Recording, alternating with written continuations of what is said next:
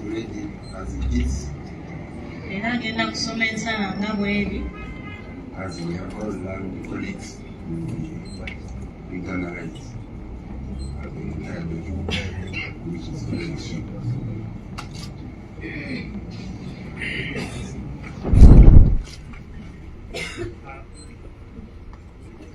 Yes. Your Honor, these 4 applications, in our opinion, in the event that bail is granted, there are procedures that we undertake. So it is in our opinion, if we put a summary of the 4 decisions, probably we could have time describing the process just in case. Also, I want to have my time. What has been given sharing a video. If we are to take 1 hour, just we need everything. Then summary will come in if it is, but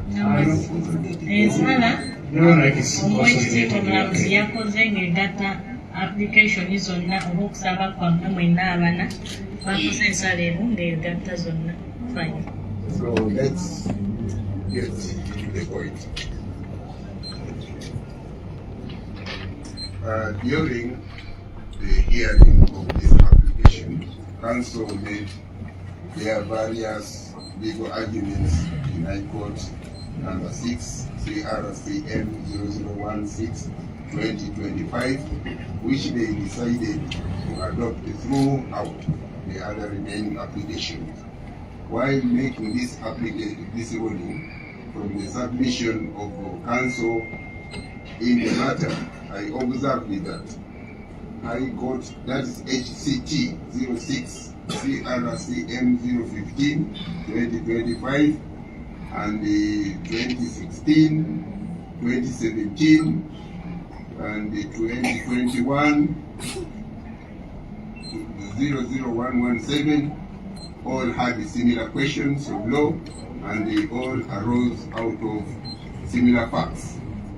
I therefore opted out of convenience to make one consolidated ruling for all the said applications, having been argued by the same council. This is my ruling. That is 1. Akagalika kiri nti fayiro zonna ennya ezimwateekamu ez'okusaba kkooti yalabanga emisango egibavunaanibwa na buli kimu ne balooya nga bonna be bamu n'emisango egisinga gyonna giva mu bintu byebimu ebyogerwako. Kkooti neeraba nga ddala kituufu kekole ensala ey'awamu. The 4 applications were all brought under Article 23(6)(c)(a) of the Constitution of the Republic of Uganda and Section 14 and 15 of the Trial and Indictments Act, Cap 25, Rules 2 and 4 of the Judicature Criminal Procedure. Okusaba kuno kwateebwamu nga mugoberera akawaayiro namba 23 akatundu ak'omukaaga akasemateeka wa Uganda n'akawaayiro namba 15 ne 14 n'akawaayiro akalala ak'amateeka ka namba 2. That is applications under the rules below as known as SI 13-8 and paragraph 10. Bail guidelines. Those are derived from the bail guidelines, practice direction 2022. And the applicants sought for orders of this court, releasing them on bail, pending their trial before this court. Era baali basaba kkooti eno ekkirize abateekamu okusaba kuno, kkooti ekkirize okusaba kwabwe yadde ng'emisango emikulu teginnawulirwa. 3. The grounds relied upon by the applicants were briefly that they had a constitutional right to apply for bail. Ensonga ze beesigamako esooka nti baali balina eddembe okuteekamu okusaba kwabwe okw'okweyimirira. They were arrested and later charged with the offences which are triable and bearable by this court. Era nti n'emisango egibavunaanibwa gy'egyo kkooti eno gy'esobola okubeera nga ebawa okusaba kwabwe. They had spent time in custody and were therefore entitled to release bail. Era baali bamaze ebbanga ddene mu kkomera nga balina eddembe okubeera nga bateebwa kakero ka kooti. They each had a fixed place of abode within the jurisdiction of this court. Bonna baali balina gye babeera era nga kusangibwa mu nsangi za kkooti eno. They each had sound and substantial sureties who were willing to stand for them. Bonna era abeeyimirize baabwe baali babalina ng'era basobola bajja babeeyimirire. They were not going to interfere in any way with the criminal investigation since the prosecution had not even revealed its weaknesses. Era tebagendagenda n'amaaso na kusumbuwa bajulizi ba ludda lwabi kuba n'oludda olwabi lwali teruleese bajulizi They baabo were still banyikibwa. proved innocent until proven to the contrary. Era tebazza musango gwonna okuggyako nga kimaze kuzuulibwa.